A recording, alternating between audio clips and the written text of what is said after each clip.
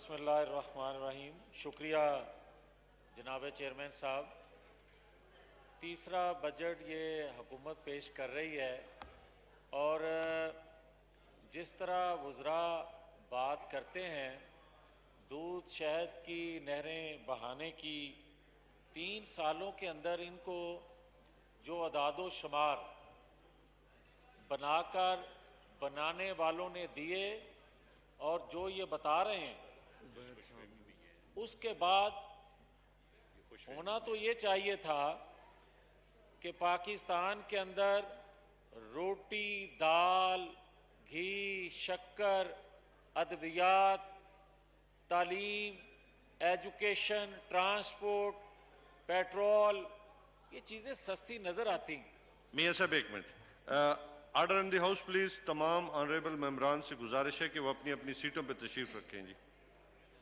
جی ladies ہماری جو کھڑی ہیں، order in the house please. بیٹھ جائیں جی.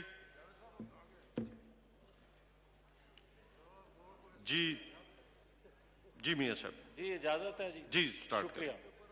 میں عرض کر رہا تھا کہ اگر ان کے اعداد و شمار جو بیان کر رہے ہیں ان پہ جائیں تو پھر تو ہر طرف ہریالی نظر آنی چاہیے، پھر تو ہر طرف خوشی کے لوگ جو ہیں وہ شادیانے بجاتے. مگر مجھے یہ کہنے کی اجازت دیں کہ تقریباً 8.5 کھرب کا پیش کیا جانے والا بجٹ کو 47% قرضوں سے فائنانس کیا جائے گا، تو پھر ان ٹیکسوں کا بوجھ جو عوام پر پڑے گا اس سے پھر مجھے وزراء بتا دیں کہ غریب دوست بجٹ اس کو کہوں یا ظلم جو 3 سالوں سے ہو رہا ہے اسی کو بیان کریں. میں آپ کی خدمت میں یہ عرض کرنا کی جسارت کر رہا ہوں کہ بدقسمتی ہے کہ ان کاغذوں کے پلندوں کو اگر پڑھا جائے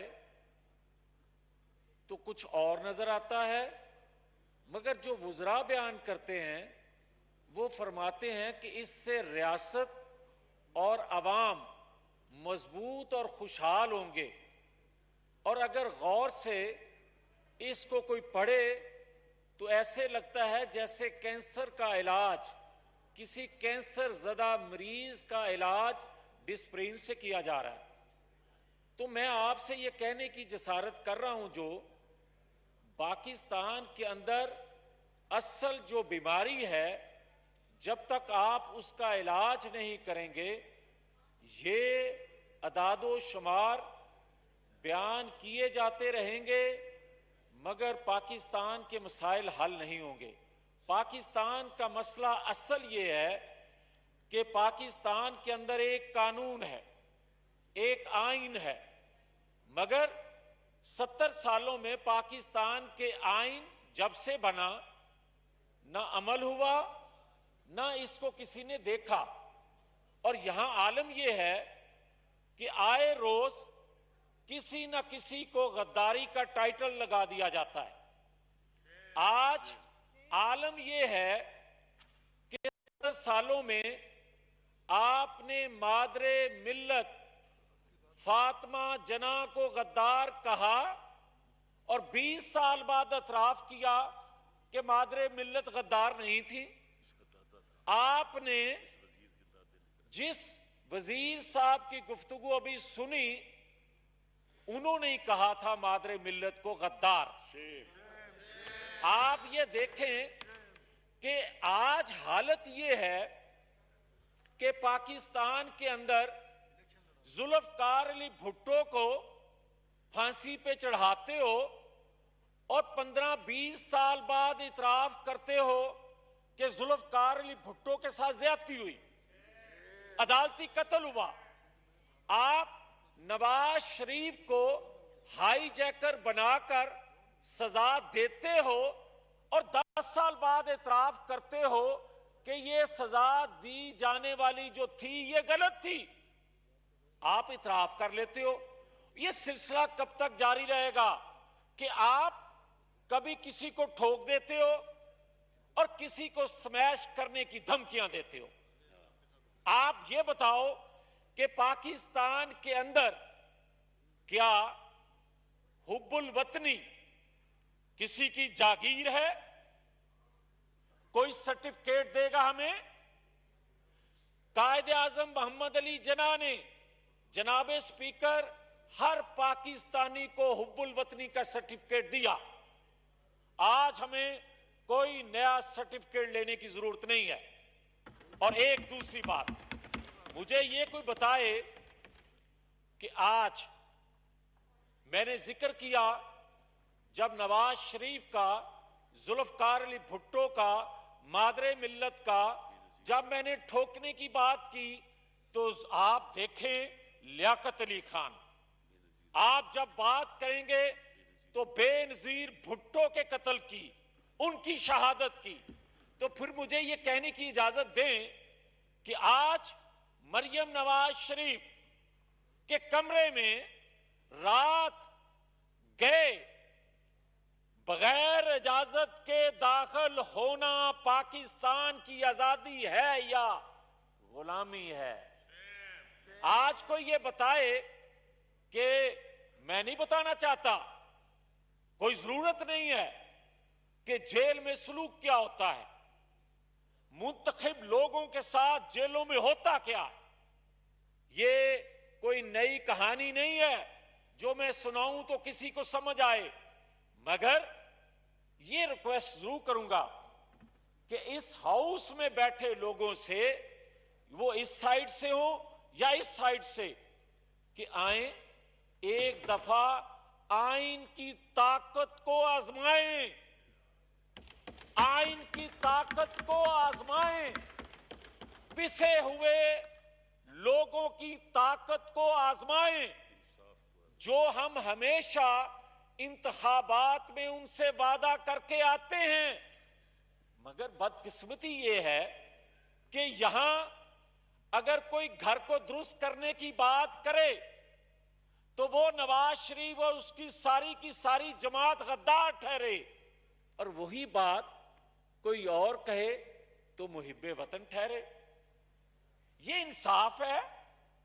یہ آج مجھے کوئی یہ بتا دے کہ جسٹس قاضی فائز عیسیٰ صاحب جو ہیں وہ انصاف دینے والے انصاف مانگ رہے ہیں.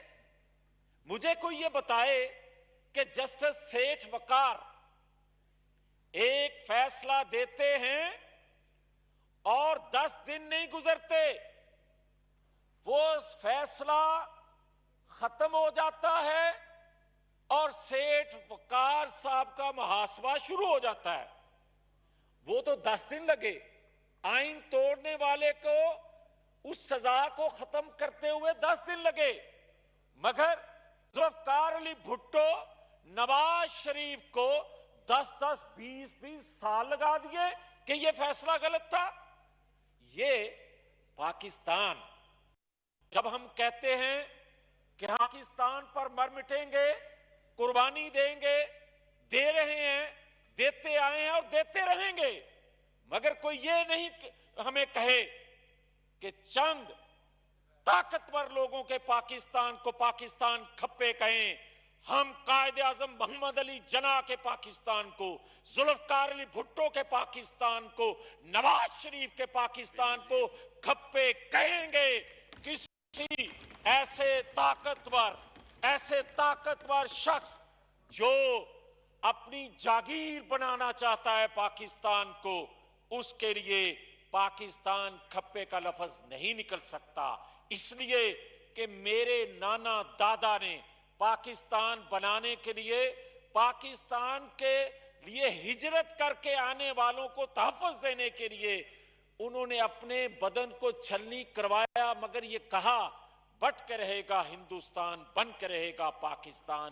پاکستان کا مطلب کیا؟ ہم وہ پاکستان چاہتے ہیں, ہم وہ پاکستان بنائیں گے, اور یہ پاکستان اب بن کے رہے گا جس مقصد کے لیے یہ پاکستان بنایا گیا تھا.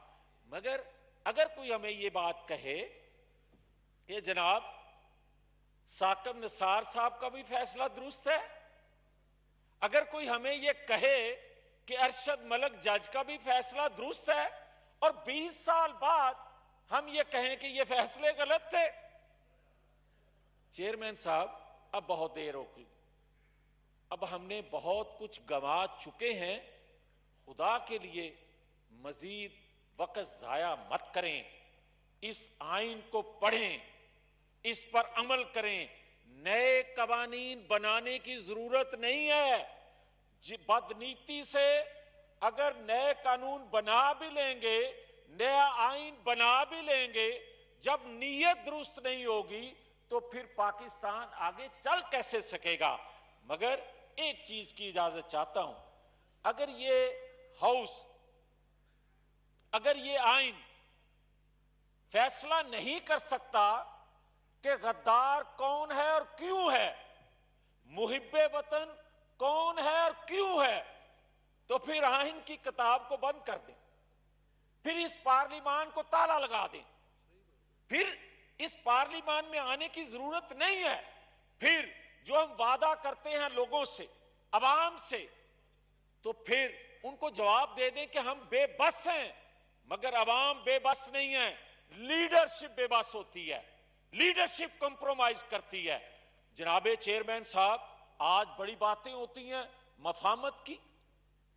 بھئی مزاحمت کون کر رہا ہے؟ مزاحمت تو ہوتی ہے مسلح، مزاحمت تو ہوتی ہے پہاڑوں پہ چڑھ کے. مفاہمت کس سے ہوتی ہے؟ مفاہمت دو فریقوں کے درمیان ہوتی ہے. ایک فریق آپ ہیں تو دوسرے فریق کا بتایا جائے دوسرا فریق کون ہے. اور اگر کوئی نام نہیں لینا چاہتا تو پھر یہ بات بتائے کہ دوسرے فریق نے یا پہلے فریق نے اپنی غلطیوں کا اعتراف کر لیا، کیا وعدہ کر لیا کہ پچھلی تاریخ کو دوبارہ دہرایا نہیں جائے گا؟ کیا یہ وعدہ کر لیا کہ آئندہ آئین قانون کے مطابق عمل ہوگا؟ اور اگر نہیں کیا، ایک طاقتور فریق اور ایک کمزور لاچار فریق، اس کی مفاہمت کیسی؟ اور اگر کوئی یہ کرے گا تو پھر دھوکہ دے گا عوام کو، جھوٹ بولے گا، غلط بیانی کرے گا. مفاہمت ہوتی ہے، مفاہمت کرنا چاہتے ہیں، مگر آئین قانون کے مطابق. یہ بات غلط ہے کہ ایک دفعہ بزدار کو لگا دیا جائے تو اسی طریقے سے کسی دوسرے کو لگا دیا جائے. بزدار کے لگانے کا طریقہ اگر غلط ہے تو مجھے لگانے کا طریقہ بھی غلط ہے. یہ کوئی طریقہ نہیں ہے، آئین قانون کے مطابق. اور ایک بات اور عرض کرنا چاہتا ہوں، مجھے میرے چیف وہیب صاحب بار بار دیکھ رہے ہیں، میں اس طرح تو نہیں دیکھ رہا جناب چیئرمین صاحب، مگر دو چیزیں عرض کرنا چاہتا ہوں. ایک بات کا آج تعین کریں کہ چاروں صوبوں میں مقبول لیڈرشپ کا جب قتل ہوتا ہے یا کسی لیڈرشپ کو سمیش سازش کی منصوبہ بندی ہوتی ہے، اس پر بات کرنا غداری کیسے بن گیا. اور دوسرا، مجھے کوئی یہ کہے یا بتا دے کہ اگر آپ آئین قانون کی بات کرتے ہیں جناب چیئرمین، تو پھر آپ غدار کیسے ہیں. اور چوتھا، پاکستان کے اندر اگر منتخب لوگوں نے غدار ٹھہرنا ہے تو یا تو عوام غلط فیصلے کرتے ہیں، اور جو کہ غلط فیصلے عوام نہیں کرتے، عوام کو حق ہو کہ وہ اپنے مسائل کے حل کا بتا سکیں. مگر یہاں تو ان کے منتخب نمائندوں کو حق حاصل نہیں بولنے کا، ان کو کون بولنے دے گا؟ دوسرا، دو چیزیں میں آخر میں عرض کروں گا۔ ایک کہا گیا کہ پرچی، اور ایک بات کی گئی مریم نواز شریف کی۔ میں بڑی ادب سے سب سے گزارش کروں گا کہ پرچی والے چیئرمین کہنے سے پہلے یہ سوچ لیں، اس نے اپنا نانا گوایا، اس نے اپنے ماما گوائے، اس نے اپنی ماں کو گھمایا، پھر بونے کسی پرچی کا ذکر کریں کہ یہ چیئرمین کیسے بنے۔ اتنی قربانی کو دے تو پھر بات کرے۔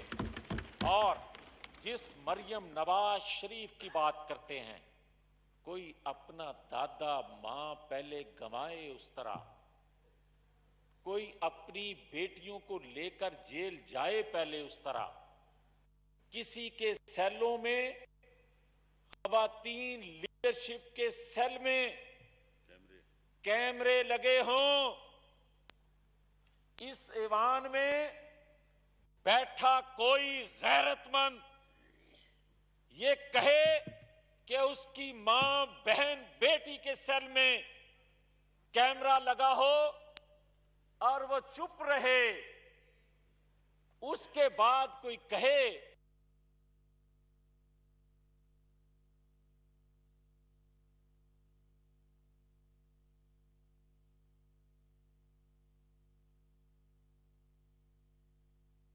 میسر وائنڈ اپ پلیز جی آخری 3 منٹ، وہ اس طرح نہیں کروں گا، اس طرح نہیں بات کروں گا میں چیئرمین صاحب۔ میاں صاحب آپ اپنے وپ سے پوچھ۔ سر جناب چیئرمین صاحب مجھے یہ بتائیں، یہاں ٹیکے کا بڑا ذکر ہوا ہے، میرے محترم نہایت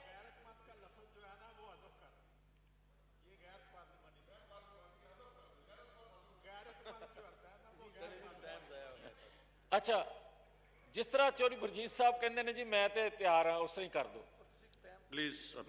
میں یہ بات عرض کرنا چاہتا ہوں جناب چیئرمین صاحب، مجھے احترام ادب ہے آپ کا، میں یہ عرض کرتا ہوں کہ یہاں ٹیکے کی بڑی بات کی گئی۔ عمران خان صاحب نے فرمایا کہ جب مجھے انجیکشن لگایا گیا تو مجھے ہسپتال کا سٹاف جو تھا وہ حوریں نظر آ رہی تھیں، مگر خدا کا خوف کریں، آپ نے تو 3 سال اس قوم کو جو ٹیکے لگائے ہیں، اس قوم کو دنیا جو ہے وہ دوزخ نظر آ رہی ہے۔